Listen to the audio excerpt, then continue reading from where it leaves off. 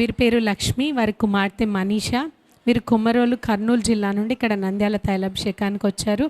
లక్ష్మి గారికి మొదట వివాహం జరిగిన తర్వాత 2 ఆడపిల్లలు ఉన్నారు.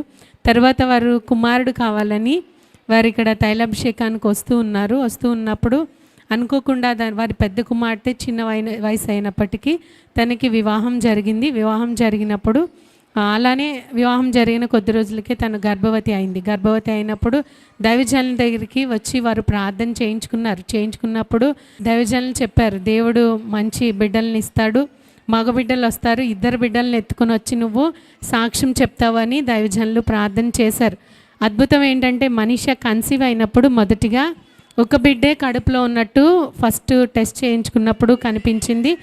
4 నెలలు అయిన తర్వాత మళ్ళీ టెస్ట్కి వెళ్తే 2 పిల్లలు తన కడుపులో ఉన్నట్టు చూపించింది స్కానింగ్లో.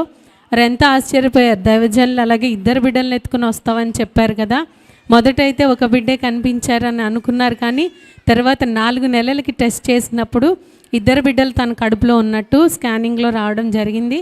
అలానే తనకి నెలలు నిండిన తర్వాత డెలివరీ టైంలో కూడా తను చాలా ఇబ్బంది పడింది. 8వ నెలలోనే ఆ పిల్లలు పుట్టడంతో చాలా సీరియస్ అయింది. కానీ వారి ఇక్కడ నుంచి తీసుకుని వెళ్ళిన ప్రార్థనలోనే ఆ పిల్లలకి రాసినప్పుడు దేవుడు వారికి ఆరోగ్యం ఇచ్చి వారిద్దరికి బలంనిచ్చారని వారు చెప్తున్నారు.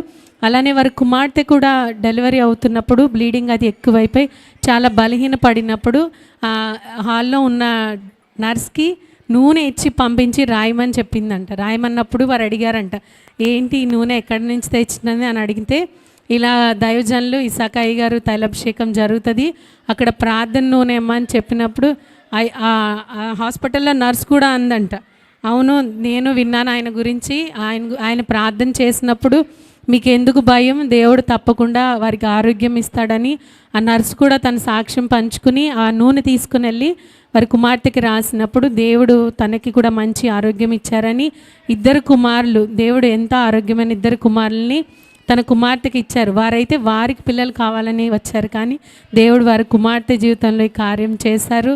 వారి మనవలే కుమారులని వారు అనుకుంటూ దేవుడు ఇచ్చాడని వారు సంతోషపడుతున్నారు. మేమైతే అన్య కుటుంబం నుంచి వచ్చాము, దేవుడి గురించి మాకు తెలియదు. ఇక్కడ దైవజనుల దగ్గరికి ప్రార్థనకు వచ్చిన తర్వాత వాక్యం విని మేము బలపడ్డాము, దేవుడు మా జీవితంలో ఈ కార్యం చేశారని వారు సాక్ష్యం పంచుకుంటున్నారు.